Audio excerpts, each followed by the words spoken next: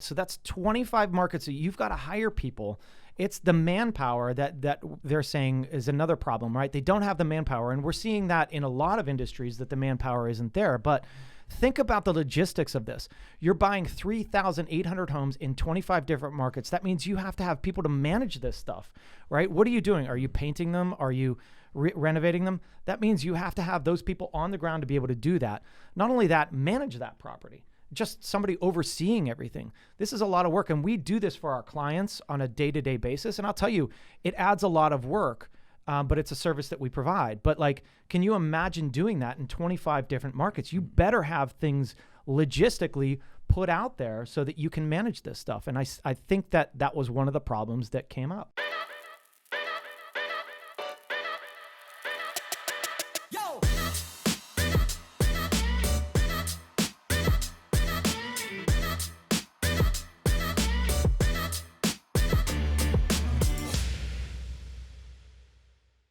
How's it going, everyone? Welcome back to another episode of the Shawn and Matt Show. My name is Matt. That is Shawn, and welcome to our show. Shawn, action-packed show today.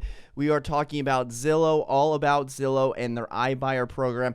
We started covering Zillow and their iBuyer program ever since they came out with it a couple of years ago, talking about what cities it's in, how it's going to affect the market. And now it's going to affect the market big time because they have stopped buying houses as of a few days ago, according to CNN, according to Zillow, and every other publication out there. They stopped buying houses for the rest of 2021. What does this mean? What signs for the real estate market can we glean from this? And ultimately, did Zillow just screw up completely? That's what we're going to get into. First of all, Shawn, when you saw all of the news break about Zillow halting their home buying iBuyer program, what was like your initial reaction to it? Yes. You know me. Like, I'm always like Zillow. They're kind of the enemy. That's always the way I've felt. But at first I was thinking, all right, what is the market telling us? There's so many different things that we could get from this until I read the articles. But I was thinking, all right, is the market pulling back? Why are they doing this, right? And it was just a few months ago, I swear. It was just a few months ago where we were talking about how the investors were coming in. They were raising money for this iBuyer, and they were raising like hundreds of millions of dollars to promote and to push forward to purchase all these homes.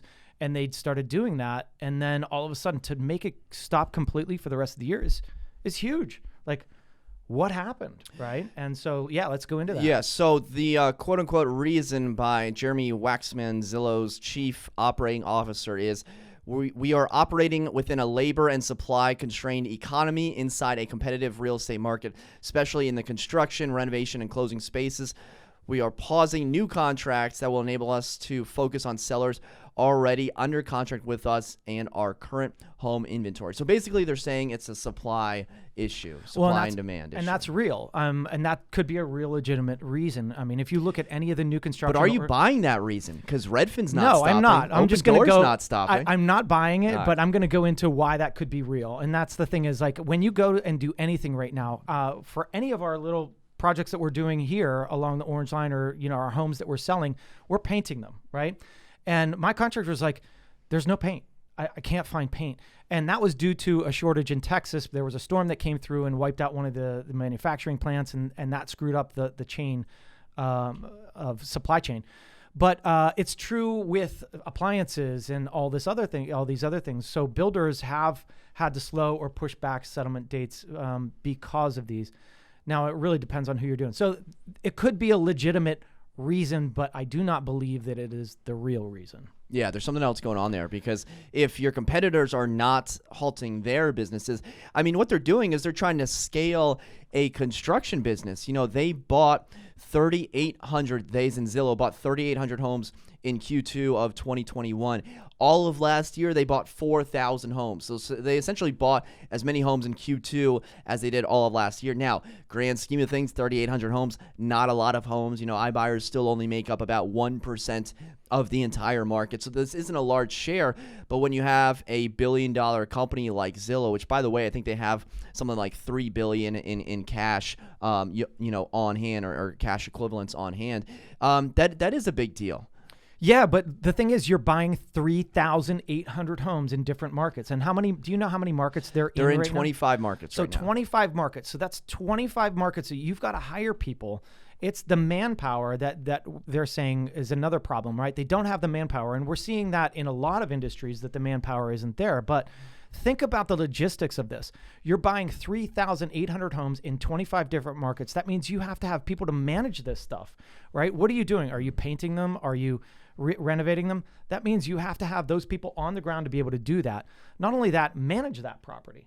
Just somebody overseeing everything. This is a lot of work, and we do this for our clients on a day-to-day basis. And I'll tell you, it adds a lot of work, but it's a service that we provide. But like, can you imagine doing that in 25 different markets? You better have things logistically put out there so that you can manage this stuff. And I think that was one of the problems that came up. Right? Yeah, and once you get to 4 or 5 projects that we're working on, then the contractor gets the wrong paint, the wrong hardwood floors are bought, and then it's a whole mess. So think about this. All right, say you have a set of cabinets and a set paint color and blah blah blah that you're going to do. Well, things change. Oh, this isn't there. Do you want to switch? Who's taking that question and who's actually doing the work?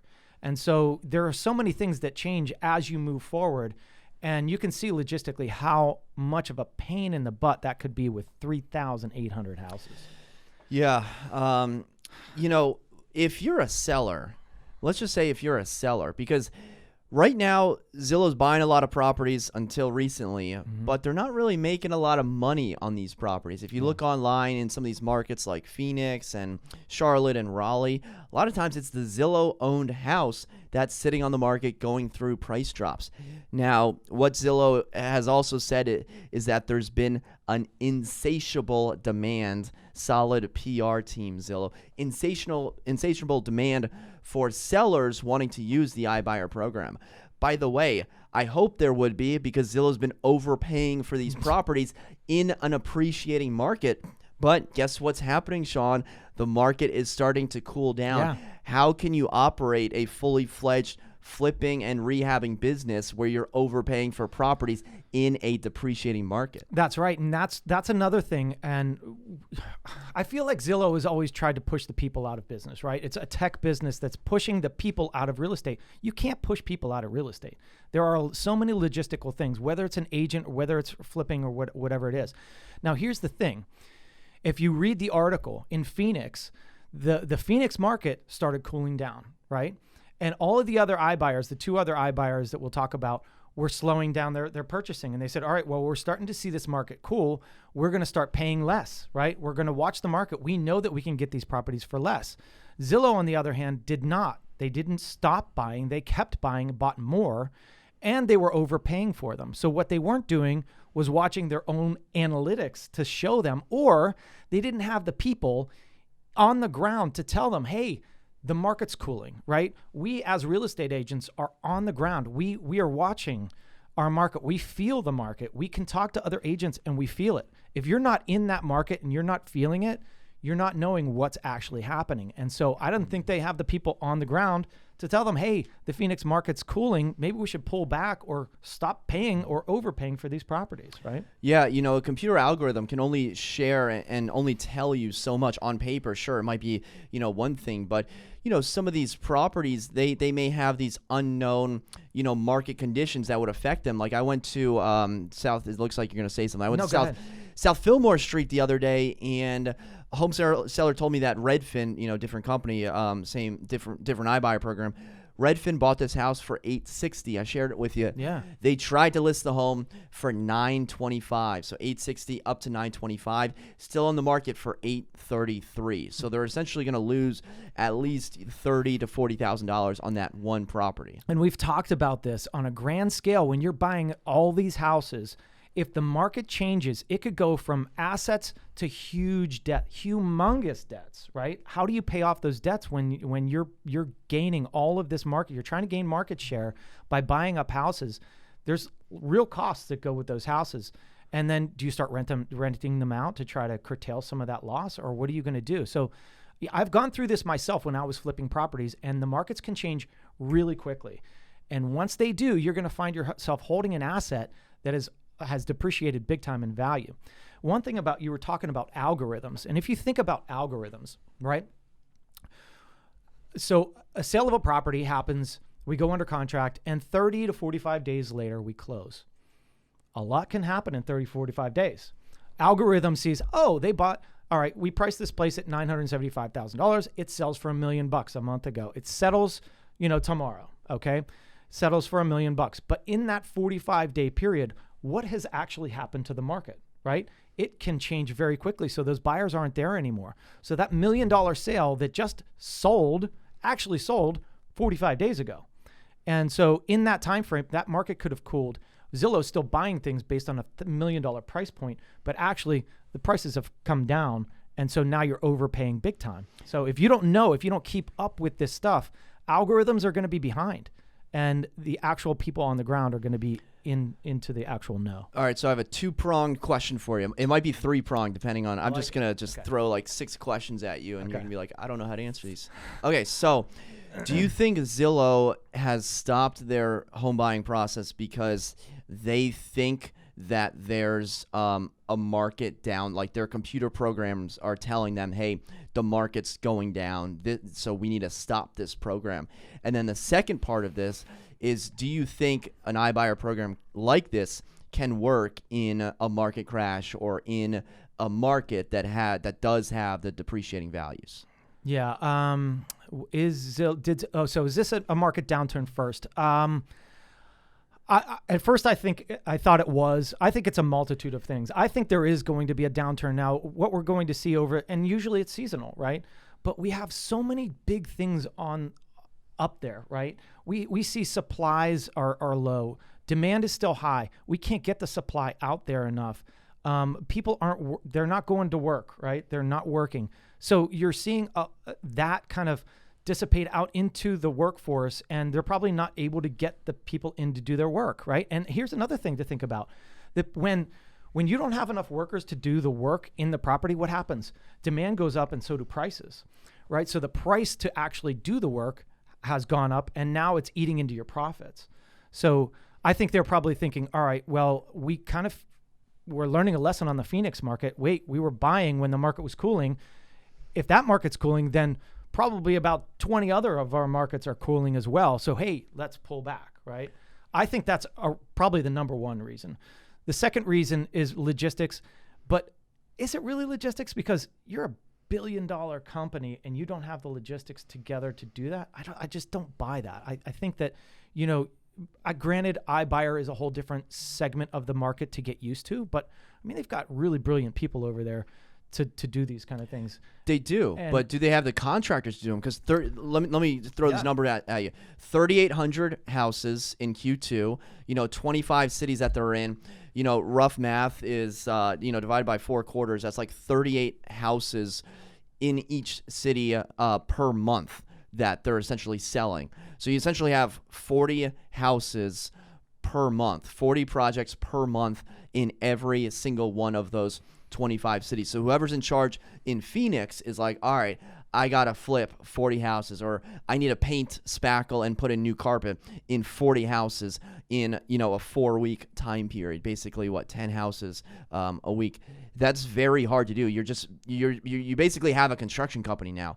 Mm-hmm. I think it's half extreme. Like, I think the reason that Zillow stopped is, one part, it's just extremely hard to scale essentially a construction company from nothing, and then 2, they're not making any money on these. They're losing money on it. They're writing off so much losses on all of these properties, where if they were making money on it, they would continue to purchase, like Zillow, like Redfin, and like Opendoor. Yeah, and Opendoor continues to purchase, and that's the thing is like, so is it the logistics side of things that, or are they seeing something different? Because Opendoor is still churning them, right? And if you look at how many so all of iBuyers bought about 15,000 houses, I think it was, this year, and that's about 1% of the total market. So they're buying 1% of the total market, which is pretty significant. Right? Yeah. The other question, I don't know if you said the answer, maybe you did. Do you think that this model can work when housing prices are falling? Well, no. I mean, if you're buying based on the fact that, I mean, when a market falls, you never know when it's going to stop.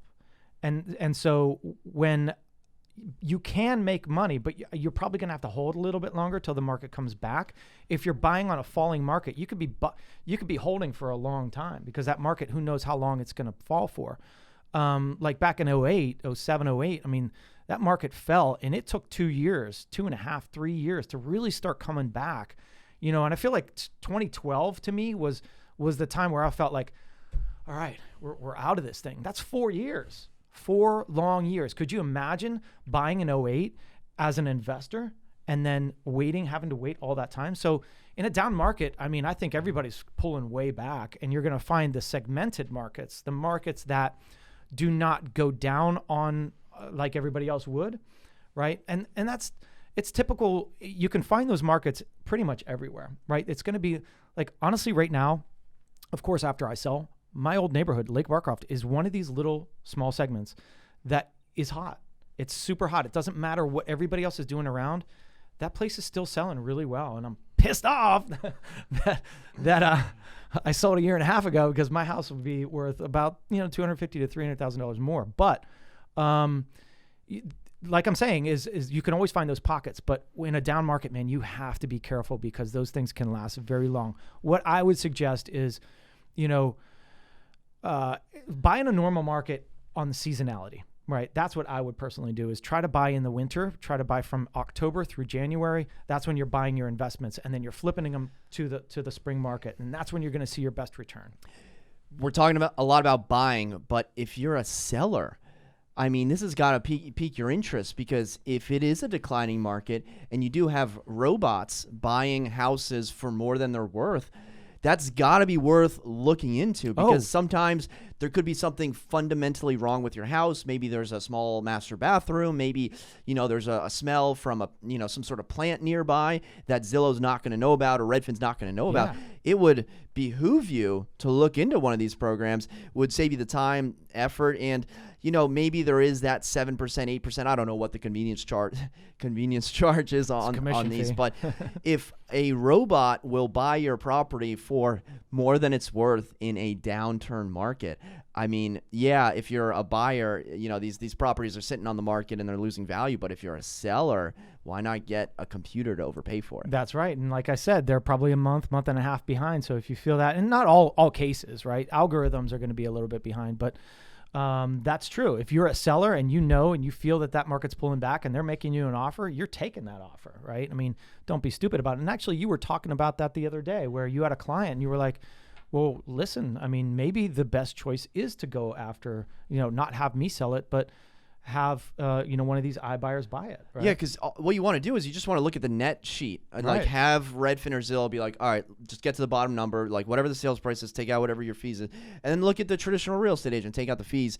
And then, even if it's within like $2,000, $5,000, it may make sense where you're saying, I don't have to do anything. I don't have to paint the walls. I don't have to do this. It would have taken, cost me $6,000 or something to get this property cooking, and I can just walk out the door and take my money. And not only that time, right? It would have taken a couple of weeks, where that's money too. So yeah, it's something definitely to look into. I feel like most people, and not everybody, but most people would say, hey, Shawn, can you help me get my property to sell for more? And I'll say, yes. You have to put $10,000 into it, and I will get you your money out plus, way more than that, $10,000, $15,000 more, because by doing this work, it works almost every single time, right? But you just have to have the know-how, the colors to use, what material to use, not to spend too much money, know the contractors that can get in there quickly. That's the key. And if you don't have that, then you're just going to be squandering and spending too much money and taking too much time.